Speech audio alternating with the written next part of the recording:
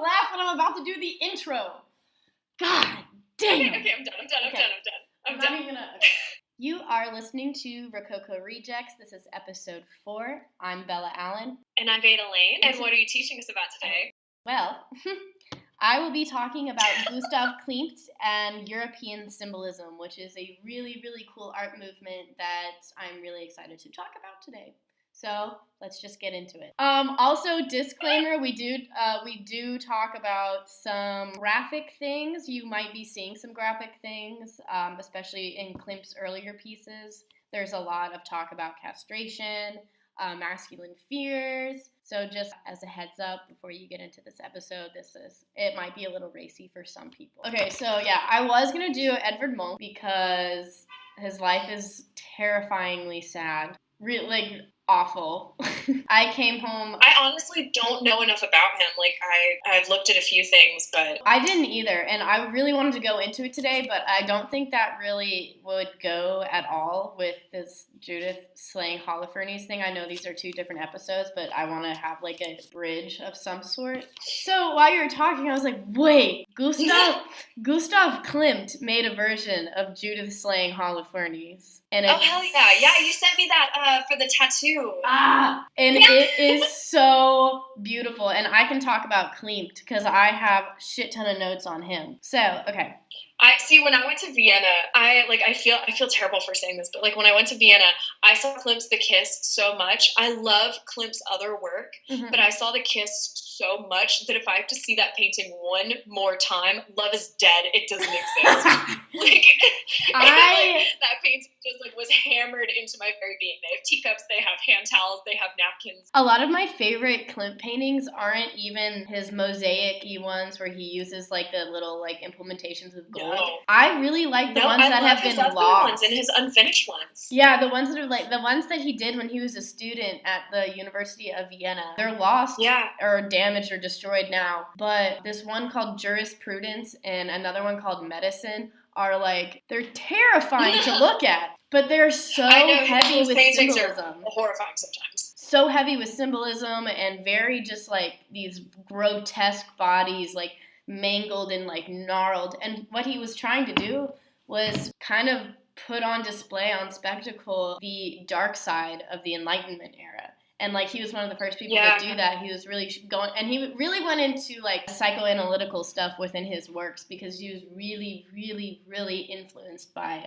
Freud, which was an so all those the fucking fin de siècle crisis that every artist was going through at that time. Yeah, and so Gustav Klimt, he was born in 1862 in a suburb of Vienna. His father was a goldsmith engraver. In 1876, he studied applied arts, and he really did well with using different techniques within a painting. So he worked with mosaics and metal machining, and he actually was a decorator of palaces for a little bit, which I did not know, which is kind of cool. Hell yeah, I want Klimt to decorate my palace.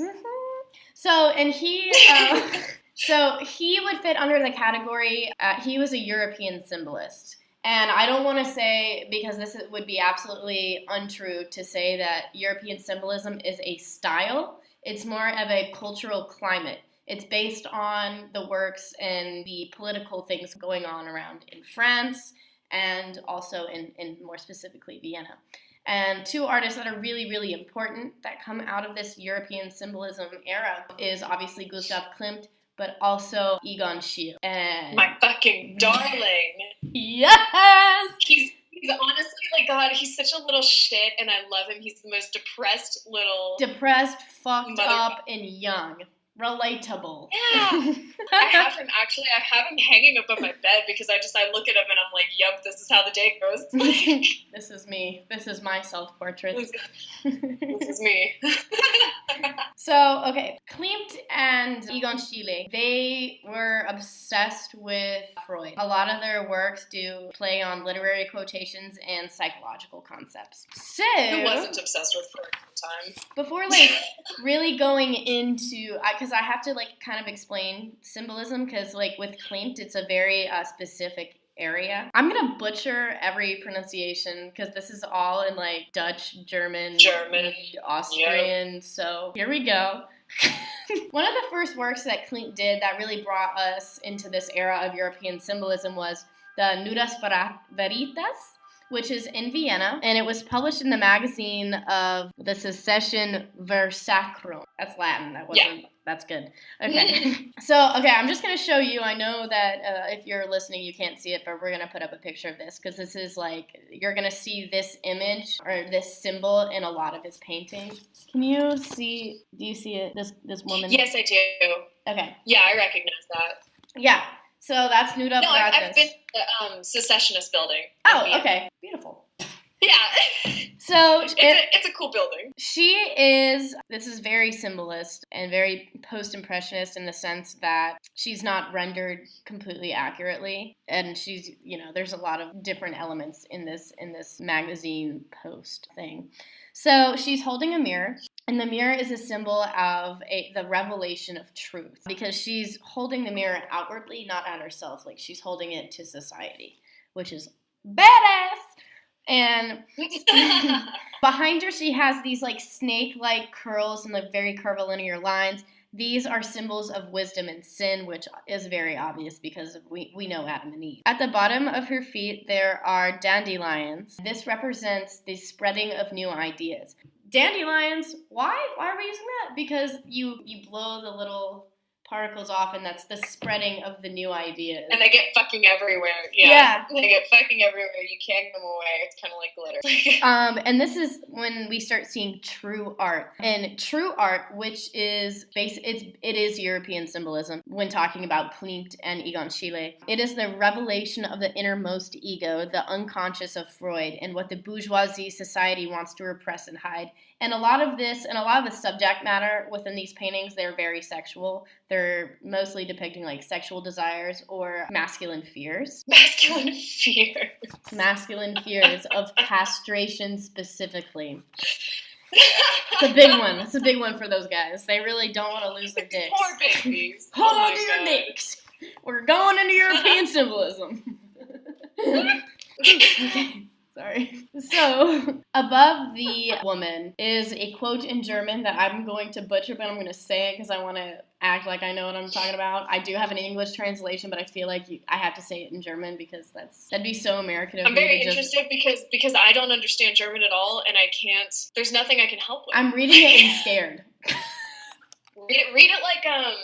Read it like Inglourious Bastards. I'm driving my entire German accent from Inglourious Bastards right now. Okay. My favorite baby. Okay, here we go. I'm going to say it. All right. Wahrheit ist für und Wahrheit reden heißt Leckwippen und brennen. That was not bad. What are you rolling your R's for?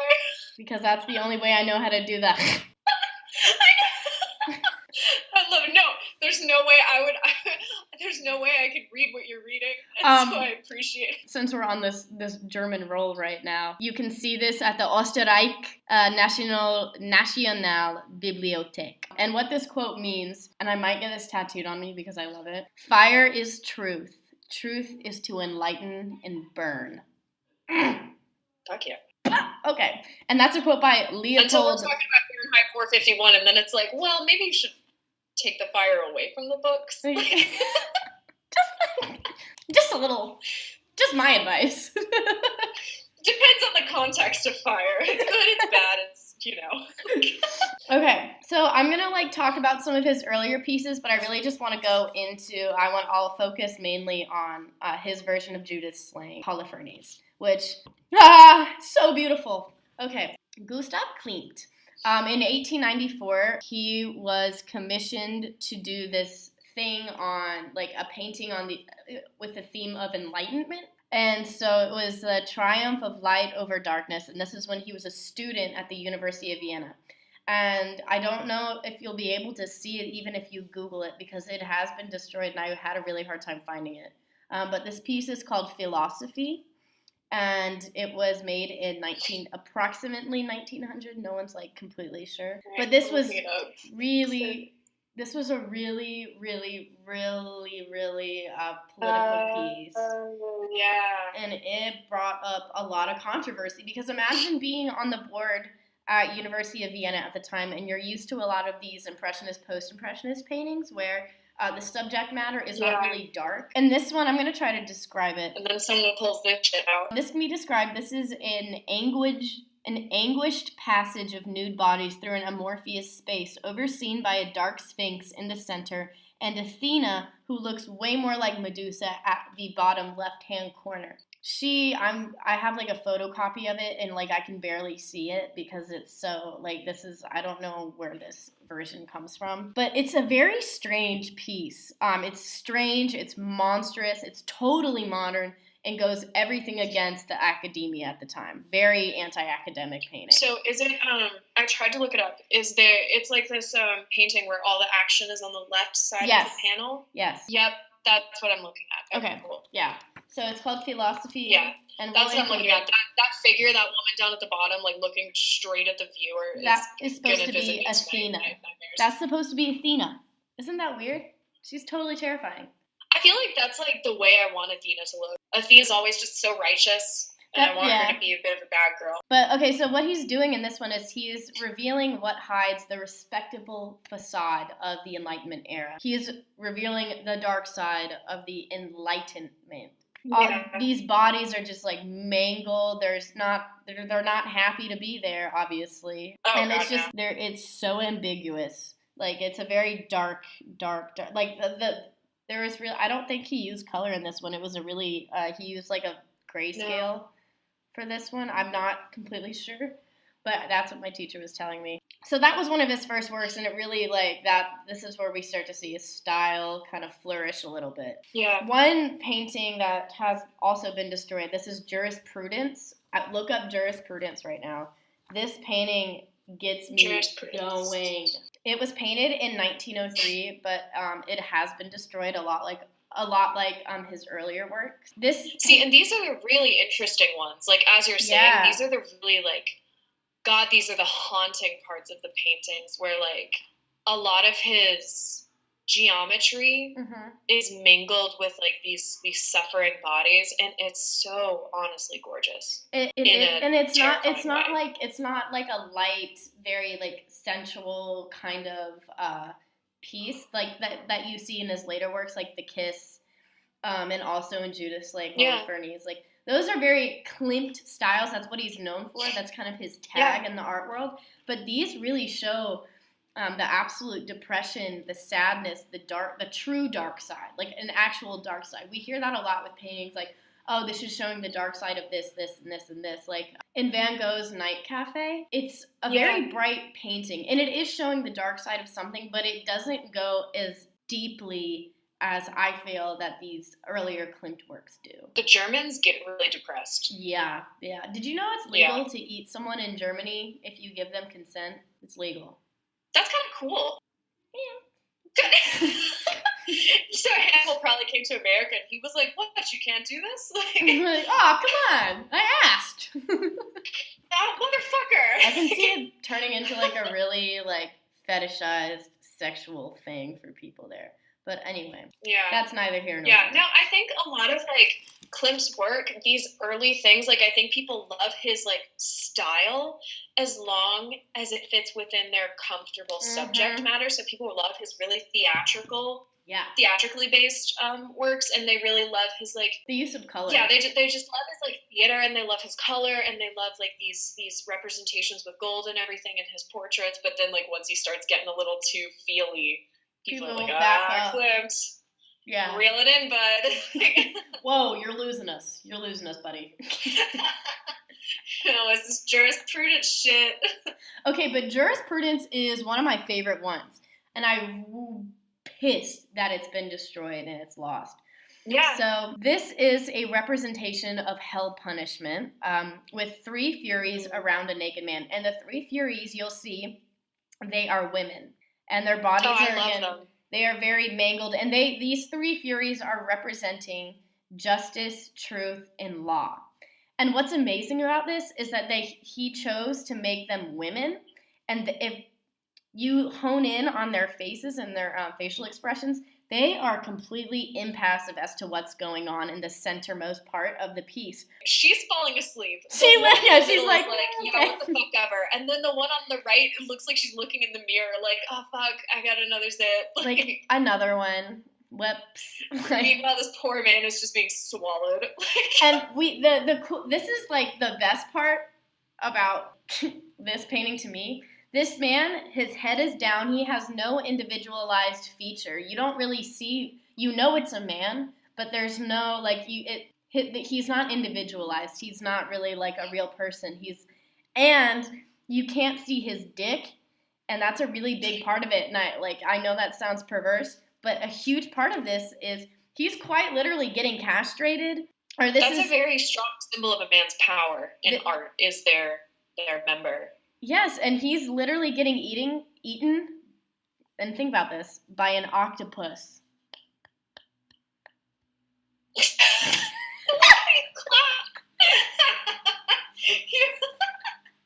You gave yourself the applause. My chair! I fell out of my chair. Oh, God. Klimt gets me going, man. Okay. I need to calm down. Hitting knees and falling out of chairs and shit. Well, also, everything here sucks when it comes to balance, and everything is so small, so if I literally go like this, it's already tipping over. So, okay. Oh, shit's not meant for comfort. No, my bed will attest to that statement. Fallen off my bed so many times here. But he's literally getting eaten by an octopus. I fucking love it. Octopus. Okay, I'm just going to let that sink in. I'm here for it. I'm here for it. It really speaks to the fears that these artists had, and like not only what like the action that they feared, but like who was committing the action. Right, and like I think what Klimt is doing here, like he isn't saying this is his personal. I mean, it is kind of a fear of his, but it's also a overall like societal fear and anxiety over the rise of women and the rise of women's powers and rights and like the rise of women are like gaining a lot of independence at this point. And what he's doing here is another message that he's sending from this is perfect knowledge does not exist. So he's kind of like he's changing history a little bit in his own way by using these symbols and saying like this is a perfect encapsulation of the fear of castration. And this was really, again, this goes way back into Freud's psychoanalysis. He's really inspired by Freud in this specific painting. Furthermore, before I get into my baby boys, Judith and Holofernes, I do want to bring up, okay, so there's another one. This one has not been destroyed. It's called Paleta Atena. It was painted in 1898 in Vienna. And you can see it now at the, oh, Jesus. Here we go. Historic Museum der Stadt Wien. Wait, which one? What museum are you talking about? I don't know what I just said, but that's where it is. Museum der Stadt. Because I think Stadt STADT-WIEN. Wien. Yeah, no, I don't know. I know the only one I know is like I'm so proud of like my ability to be able to pronounce the Kunsthistorische. Because that was good. It's the Art History Museum, and it's the Kunsthistorische, and I just love saying that shit so much. You sound like you know what you're talking about. I know, and I don't, and that's the best part. But I found the painting you're talking about, and I want the hat so bad. And so this was... I want that whole outfit. She's a bad bitch. And so, okay, if you're looking at the painting, look on the left side, and you'll see the nudus. She's got that symbol. She's got the nudus veritas right there. Yeah. She's holding it, too, which is super different from any other portrait that we've seen thus far in history of Athena. What's also really cool about this is that this is the first time that we really see Athena as the goddess of war and wisdom. There's an owl in the background representing wisdom, and she's actually decked out. Oh, look at that baby. I never saw that before. Yeah. Oh, a little owl. Yes. And it mimics her armor. Ugh. Yes. And I mean, the gold here really flattens the composition of the painting, but this is really symbolic because Klimt is showing a non-classical allegorical version of Athena. I mean, Athena is an allegorical figure within history, but we're really seeing what she stands for within that history. And she's literally about to go into war, and like it's just she's just sitting there like, I'm ready. Like I wouldn't want to fucking fight her. She's like Brianna Tarth level, like she's the goddess terrifying of war. because she's got like these broad shoulders. Her fucking spear that looks like she looks like she's holding it like it's weightless. And she's like looking right at you too. I know, and like look at her yellow fucking eyes, like an owl. Like yes, stares into your soul and says, "I'm gonna gut you." I got you. I'm smart, and I'm gonna kill you, Athena. Yeah, she's the badass. I love this. Okay, so I don't want to like keep talking about that one because I really want to go into Judith and Holofernes. So Klimt's Holofernes, Judith and Holofernes, is I've got it pulled up right now. Probably at this point, thus far in the semester, my favorite painting of all time. I love it. I love it. I love it. I love it. I love it. I love it. It is. I love it too. Absolutely breathtaking. Oh my God, she's so beautiful. Okay. She looks like she's turned on by what she just did. Yes, that's what I was gonna get into. Not only did she just like kill this man for her people, but she's just like, I relish in this moment. And this is something that we start to see. This is the first time that we are brought into the femme fatale figure. That is what Klimt is making here. And that's actually, I know you hate this painting, but we see it again in The Kiss. I know. But no, I know. I hate The Kiss. If someone like is like, it's just everywhere. It's a complicated relationship. It's everywhere, though. And I agree with you. It's like when you hang out too much with someone and you're like, wow, I love you, but I'm so tired of you. Like, give me a minute. But I agree with you. When I was in Rome, it's just like this painting has just been like copied and printed in about every fucking like kind of artsy like cafe. And like I was at a pizza place. I turned around and there was a poster of The Kiss, and I was like, you gotta be fucking kidding me. All right. The Kiss has taken over Europe.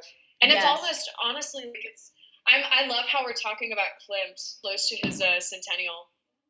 And we're not even gonna, like, we're just kind of like not trashing, but like we're kind of trashing The Kiss, and like we're talking about all of his other stuff. The Kiss was phenomenally done. It's just, I see it all the time, and it's okay to think that about a painting. Like, it's okay to be annoyed with the amount of times you see it. That doesn't degrade or put down the level of like artistic talent that it displays. It's just I've seen the scene. I get it. It's cool. You just like you want to see more things. Yeah. And when you see the same thing over and over again, you're like, okay.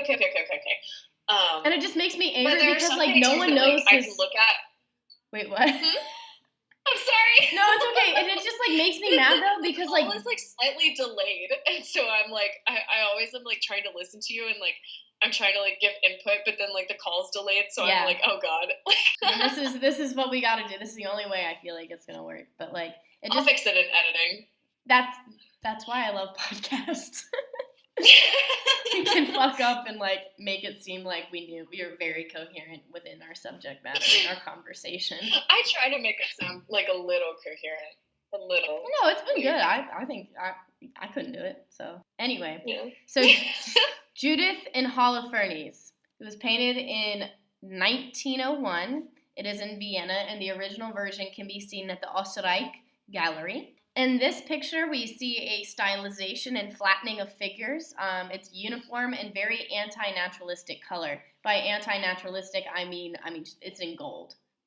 She's fucking blue too. She's like, blue and gold, and it doesn't really make sense color-wise. And this also shows a lot of Klimt's work with mosaics. You see kind of like a mosaic-y thing going on. Like there's a definite portrayal or showcasing of Klimt's experience with mosaics. There's a contrast of hyperrealism and figure and abstraction and symbolism of the background. So, and for people who don't have like this art vocabulary thing, all this means is the woman, the figure, looks extremely realistic. If you took the background away, like this would be a very classicized portrait. It's very classical in her rendering. But what makes it symbolist and what makes it not impressionist nor post-impressionist is everything going on in the background and the way that Klimt decides to tell this tale. So as Veda said earlier, she looks like she got like some sexual gratification from this. And she did.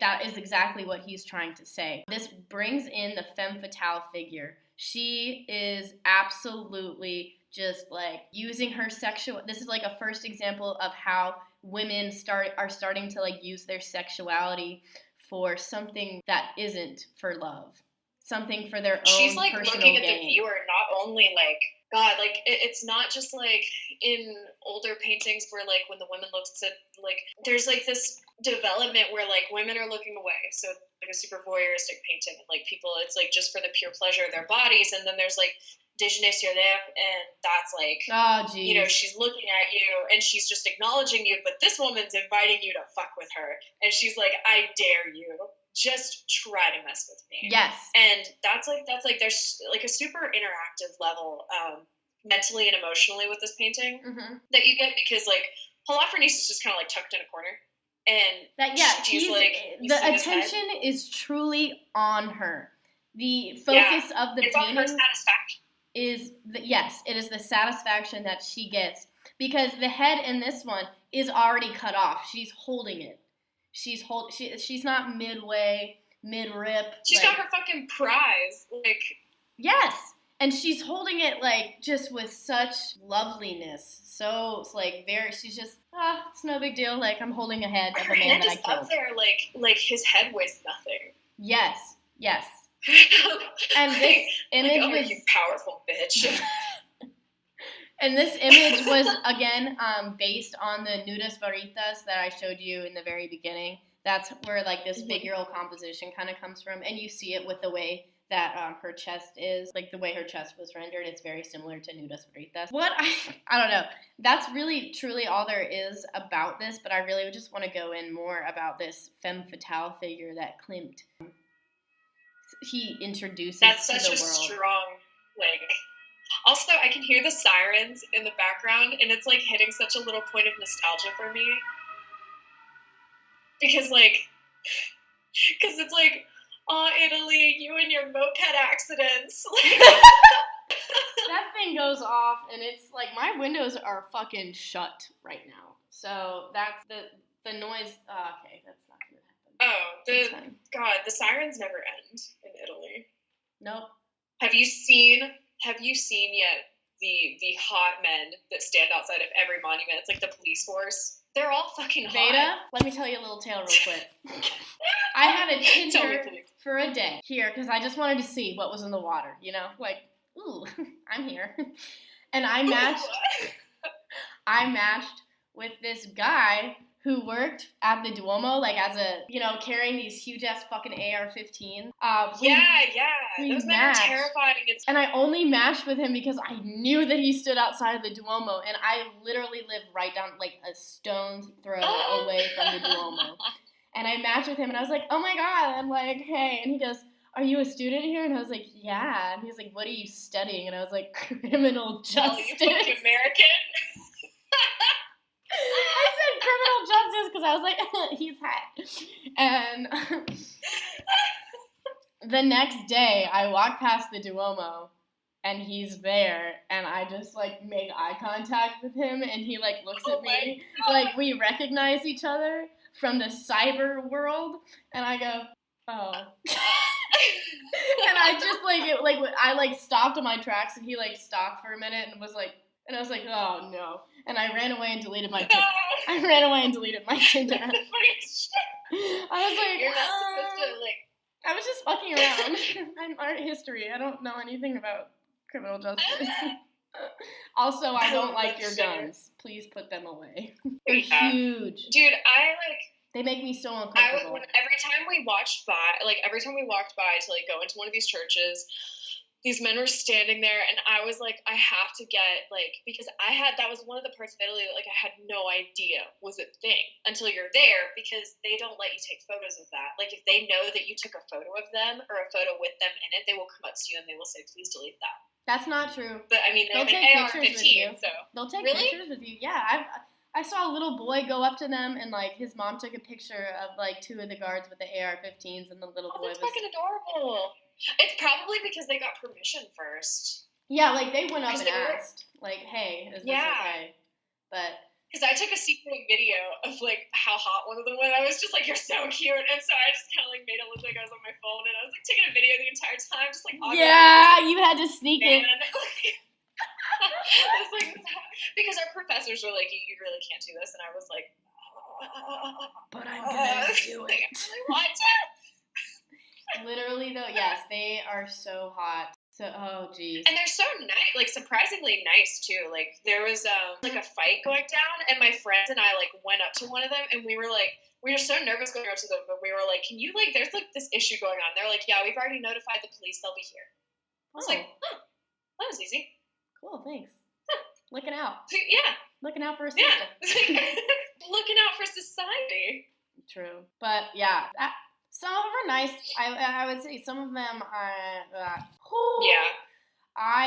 Okay, so I was walking home alone from a club, which I know, don't do that. It's fine. I was really close to home. I knew where I was going, and I wasn't, like, that intoxicated. So I was like, I'm literally fine. As soon as I get on my street, there are 2 men's who start talking to me in Italian, because a problem that I have had here is people think that I'm actually Italian and from Italy. You look fucking Italian, Bella. You have dark hair. Like, yeah, it's the dark hair, and, like, I always wear, like, and I wear black all the time. Yeah, so, like, they always thought I was Scandinavian, so they didn't really, like they would ask me where I'm from, and I'm like, well, where do you think I'm from? And they'd be like, Scandinavia, or, like, Russia or some shit, and I was like, yeah, no, people will be like, oh, they'll like spitfire talking Italian to me, and I'm like, what? and I'll say something. Okay, so but like anyway, I was walking down the street, and these guys just start yelling at me, and they're like, Bella, Bella, and I was, because I'm, they didn't know my name, but I thought they did because I was drunk, and I was like, this is creepy. Like, what the fuck? And I turn around, and they keep following me, and they said something in Italian, and I was like, non so parlare italiano, un po' di italiano, sorry, like, dispiace. And he was like, oh, like, in English to his friend, oh, she doesn't speak Italian. And I was like, sorry. And they kept walking, and they were not cute. And they were, like, following me at this point, and it snowed for the first time in 15 years here in Florence when this was going on. It was the first snowfall. I was going to ask you if you got to experience that. That's beautiful. Yes. It was all right. I'm a little pissed that it's snowing here, but it's fine. I didn't bring a fucking winter coat. I had to go out shopping today to get this sweater. Like, I'm freezing all the time. But anyway, they were, like, yelling at me, and they were still following me, and I saw one of them had packed a snowball in his hands, and I was like, don't you fucking motherfucker do it. And I go, if you fucking keep following me, I'm gonna scream. I will scream. I will keep screaming, and I will not scream. And they started running away, and there was a good distance away. And I was like, told them off, like, got it. And I keep walking, and a big-ass snowball hits the back of my head. No! And I turn around, and I'm, like, picking it off my head, and I was like, I felt like Gentileschi. I was, like, fuming. You grab your knife, and you're like, I want to kill you because you have dishonored me. I mean, like, you dishonored me, and now you will die. But, like, okay, and I turn around, and they just start laughing, and I go, oh, hell no. And then they just ran away, and I was like, okay, well, I guess that's all I had to do. I had to say, oh, hell no. I was like, did you get in a snowball fight with them? Like, no, I fucking went home. It was cold, and I was wearing a mesh shirt with only a bra underneath. That was a terrible idea. Oh, I've seen your Facebook photos, and I'm like, yep, that's the same shit I'd be wearing in Rome. When in Rome. Or Florence, or whatever. It's hot there, usually. It's hot in the clubs, and also, like, when you're, like, inebriated, everything is just, like, ugh. Okay, yeah, but sorry, that was everywhere. Way off track. That's okay. No, Rococo rejects. That's fine. It's cool. Okay, but I guess to just like finish this off, we kind of do have to talk about the kiss. I like how you're scratching your head. You're like, oh, sorry. Like, no, talk about the kiss. Let's go. We'll end on the kiss note, okay? Because this, again, is another emblem of, or symbol of, female power. In your favorite painting, the kiss, you see, and for people who are listening, this is you probably, if you don't know the name of it, when you see it, you'll be like, oh, it's very well known. I've seen that on like 400 Umbrellas. Yeah. It's very, very, very well known. So when you're looking at this painting, it's absolutely beautiful. It's an amorous scene, no doubt. You see a lot of use of the gold, and this is considered, this and Judith slaying Holofernes, these two pieces are considered the Klimt's golden age. And because, I mean, these are so well known. There's also that, like, portrait of the Devil-Père, which is in the Neue Gallery in New York. If anyone gets a chance to go to the Neue Gallery in New York, there's a bunch of Klimts out there, and those are really gorgeous. I believe that when we went to New York together a couple years ago, we were able to see a Klimt in the MoMA. I'm just not sure which one it is. Which one it was, but it was a Klimt. There is one in the MoMA. It's, like, very pink. It's not the golden one, but then I can't remember. Did you go to the Neue when we went? I think I did. That time. Because I can't remember if we went in that name sounds so familiar, so that's why I want to say yes. Yeah. It's just like, it's a big square painting with this woman who's just like draped in gold. Yes. Okay. And, yeah. Okay. Yeah, I definitely was there. So those three are like his huge, like, good shit. Yeah, that's the golden age of Klimt. But so in this one, there is a use of gold leaf, and then we see again, like, we're bringing, this kind of relates back to his earlier works that we talked about, jurisprudence and philosophy, because there's another, like, abstraction of space, kind of going, like, where are they? We don't know. They're literally, like, they're like on a cliff. They're on a cliff somewhere, but we don't know where that cliff is. That's how it is. That's what makes it symbolist. Like, I'm no doubt is probably a real cliff, but we're just so unsure of where it is. That's probably a symbol of a cliff that he saw or that he's remembering or bringing out in this canvas or in this piece. Yeah. So this is an oil on canvas. It was painted in 1908. And this is kind of like what I like about this, even though this is a very overseen, over-talked about painting. What a lot of people don't get from it is that this is a complete control spree of women. It's showcasing the control of women, especially in love. This again relates to this whole femme fatale figure, because what's going on in this picture is you see a woman getting kissed by a man. The woman is very individualized. You can tell that she's a woman. She has a face, and she is looking frontally. I would say frontally just because of it is very in your face. I mean, her head is tilted, but you see that she has a face, and she's very individualized. Her head's definitely facing you. I mean, it doesn't look like a comfortable position by any means. Neither of their positions do. Yeah. Like, that looks like a neck-breaking kiss. Yes. But also what's the kiss I've been looking for my entire life. Oh my God. Okay. Sorry. Okay. Moving on. So, but what's also interesting, what really brings into full view here is her face expression. She is relating back to jurisprudence, is completely impassive to what's going on. This guy is so enamored with her. He's almost like becoming her in a way. As we all have been before. Yes. She's just sitting there, and she's like, okay, this is great. Like, very, like, okay, like, this is happening. Wow, could you, like, spit a little less on my cheek? She's like, yeah, just another day in Vienna. God. Are you done? Like, this guy I just want to go read my fucking Freud. Like, God. But this guy is so lost in her. He doesn't even have a face. He has no face. He is completely... He's so lost he has no face. He is. He has no face. He has no, like, distinctive anything about him in this picture. Yeah. The action is on her. He's holding her, and he's getting lost in her. And it's concealing anything that would individualize him as a man. Like, he has no face, and she's completely impassive. And what Klimt is trying to say here is that male's individuality is not found. It's all about her. And I was like, yes! Thank you. Yeah. Thank you so much. Yeah, that was good.